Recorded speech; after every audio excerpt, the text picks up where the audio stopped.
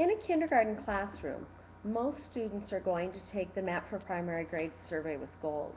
This is an adaptive assessment that measures the achievement of students who are still learning foundational skills. It's going to be administered up to 3 times a year, usually in the fall, winter, and spring. It measures the growth with a RIT.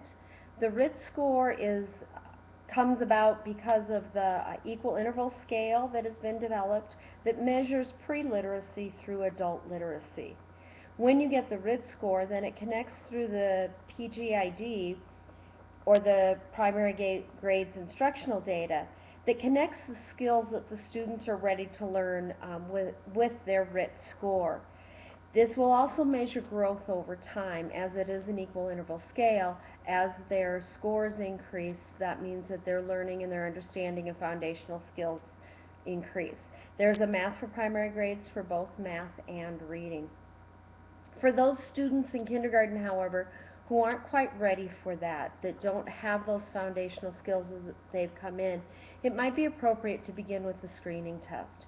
The screening test has letter and number recognition that are used for those students then to see where they are understanding basic numbers and letters. It starts at an average level. If the student gets less than 4 out of the 5 questions correct, then it moves to a more basic level. If they get 4 or 5 correct, then it moves them up to a more advanced level. It does test mastery, and it can be given many times throughout the year to progress monitor and see where students are, and are they gaining those foundational skills that they need. There are 2 screening tests. One is math early numeracy, and the other is the reading early literacy. When you give either the screening or the survey with goals test, you may find that students have some areas of concern that you want to keep close track of. So for those students, there are skills checklist tests. There are 10 reading assessments in the skills checklist and 28 math assessments in that. Again, those are for the students who have those areas of concern.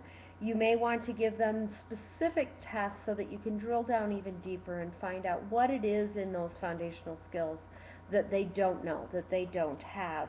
And it can better help you to pinpoint their needs and to be able to fill those gaps.